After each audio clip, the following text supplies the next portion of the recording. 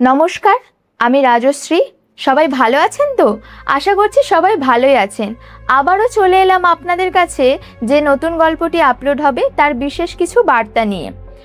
এই কাহিনী শুধু ভয়ের নয়, এক গভীর অন্ধকার সত্যের গল্প, যেখানে মানুষ লোভ, কামনা আর অজ্ঞতা মিলেমিশে সৃষ্টি করে এক ভয়াবহ পরিণতি।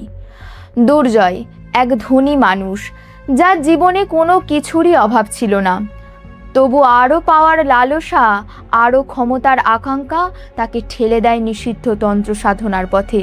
সে আহ্বান জানায় এক রহস্যময়ী যোগিনী শক্তিকে, যাকে সে চেয়েছিল নিজের করে পেতে, নিজের কামনা পূরণের জন্য।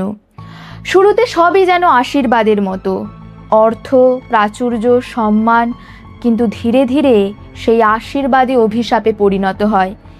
একে একে দুর্জয়ের জীবনে প্রিয় মানুষগুলো হারিয়ে যেতে থাকে, আর সে নিজে হয়ে ওঠে এক অদৃশ্য শক্তির দাস।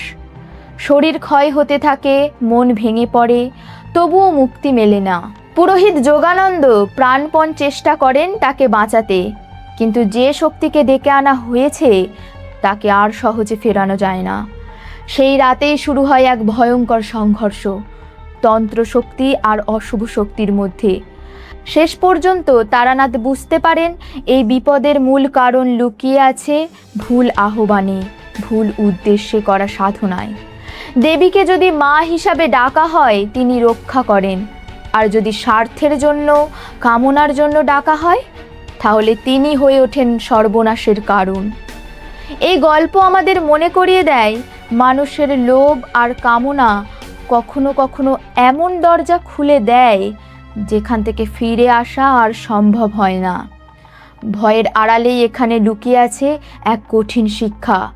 শক্তির আরাধনা যতটা সহজ মনে হয়, তার দায় বহন করা ততটাই কঠিন।